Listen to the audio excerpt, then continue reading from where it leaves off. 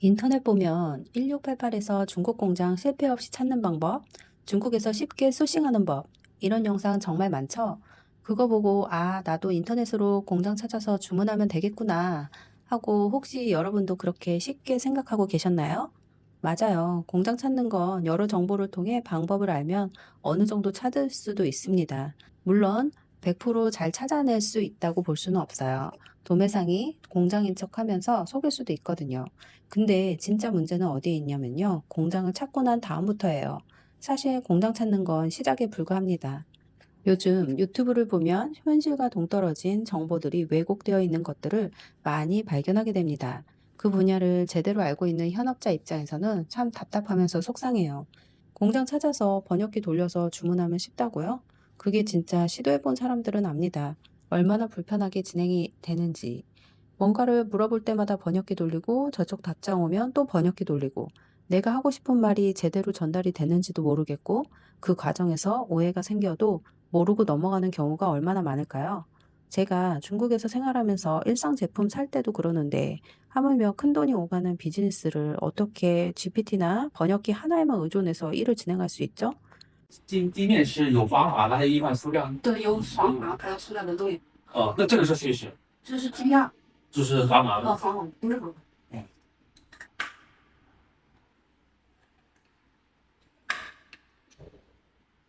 물론요, 1, 200만 원 정도의 소량 구매면서 있는 기성품 그대로 들여오는 경우라면 그 방법도 어느 정도는 써볼 수 있을 거라고 생각해요.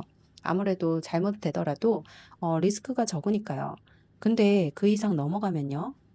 적게는 수백만 원에서 수천만 원까지, 경우에 따라서는 몇 억이 오가는 거래를 얼굴도 모르고 실체도 모르는 중국 공장인데 그냥 인터넷으로 돈 보낼 수 있으십니까? 샘플 한번 정상적으로 받았다고 해서 수천만 원을 믿고 결제할 수 있습니까? 저희는 철저하게 계약서 쓰고 직접 가서 확인합니다. 그럼에도 불구하고 100% 보장될 수는 없어요. 막말로 공장이 하루아침에 폐업하고 도망쳐 버릴 수도 있는 거니까요. 다만 우리는 법적 효력이 있는 안전 장치들을 통해 최대한 리스크를 줄이는 거죠. 어디서는 또 이렇게 말해요. 이 사이트는 안심 결제도 되고 납기일 보장 제도도 있으니까 안전하다면서 추천하더라고요. 근데 사입을 실제로 해보신 고수분들은 아실 거예요. 그게 생각처럼 그렇게 간단한 문제가 아니라는 걸요. 그래서 오히려 초보자들보다 사입을 크게 많이 하시는 고수분들이 더 전문 에이전시를 많이들 이용하십니다. 생산을 하고 수입을 하는 과정에서 예상치 못한 크고 작은 자잘한 문제들이 비일비재하게 생길 수 있거든요.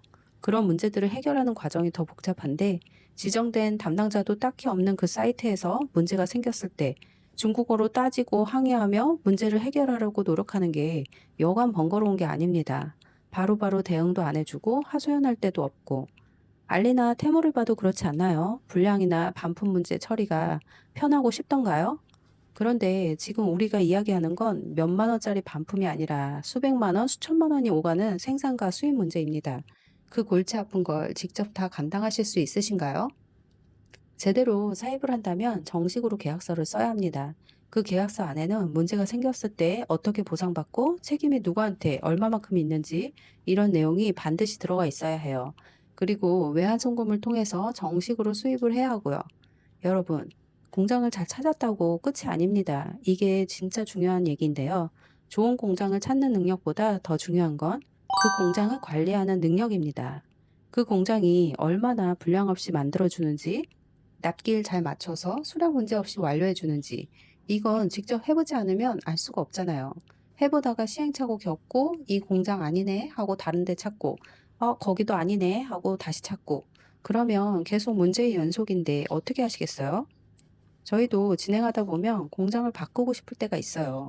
공장의 기본 자질은 갖춰서 진행하지만 이용해봤던 공장이 아니라면 실제 일 처리와 서비스 태도까지는 우리가 해봐야 알 수 있는데 막상 일해보면 담당자들이 굉장히 마음에 안 들 때가 있거든요. 그럴 때 저희는 계속 알려주고 가르쳐도 주고 재촉도 하면서 일 진행에 있어 차질이 없도록 재차 확인하고 수시로 통화를 합니다. 여러분들도 직접 하신다면 그렇게 하셔야 해요. 안 그러면 문제가 생깁니다. 물론 모든 공장이 그런 건 아닙니다. 하지만 중국에서 일을 하다 보면 한국과 업무 문화 차이 때문에 답답한 상황이 생길 때가 있습니다. 약속한 일정이 밀리기도 하고 실수가 발생했을 때 책임 소재를 두고 서로 생각이 다른 경우도 있습니다. 그래서 중간에서 계속 확인하고 관리를 해야 해요. 중간자의 입장인 저희들은 양쪽을 다 만족시켜야 하기에 정말 애를 많이 씁니다. 뜻대로 진행이 안 된다 해서 싸우면 절대 안 됩니다. 잘 설득해야 해요. 감정 싸움으로 가면 일이 더 그르쳐질 수 있기 때문이에요. 여기서 또 빠질 수 없는 게 있는데요. 중국은 관시 문화, 즉 인맥 문화가 정말 강합니다.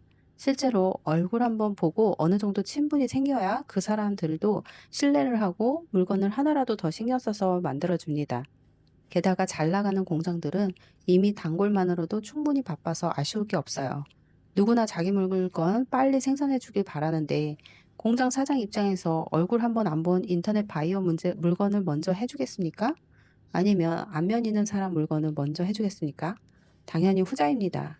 저희는 한국인 고객분들을 대신해서 직접 가서 현장 체크도 하고 만나서 협상하고 오는데요. 중국 공장들은 한국인들한테는 꽤 호의적인 편입니다. 이건 제가 여기서 생활하면서도 실제로 느끼는 거예요. 나의 소중한 돈이 오가는 과정에서 저희가 여러분의 입과 발이 되어서 현장도 직접 방문하고 문제 없도록 계약하고 모든 진행을 함께 합니다. 거래 한번 하고 끝나는 관계가 아니잖아요. 비즈니스 파트너로서 지속적인 관계를 유지해야 합니다. 그게 저희의 역할이고요. 이 모든 걸 혼자 다 하실 수 있으시다면 직접 한번 시도해 보셔도 좋습니다. 그러나 혼자 진행하기엔 막막하고 불안하시다면 편하게 연락 주셔서 상담해 보는 것도 좋은 방법일 거라 생각합니다. 그리고 이런 현실적인 저희의 사입에 관한 다양한 경험담과 정보를 계속 올릴 거니까 구독 한번 눌러주시고요. 다음 영상에서 또 뵙겠습니다. 감사합니다.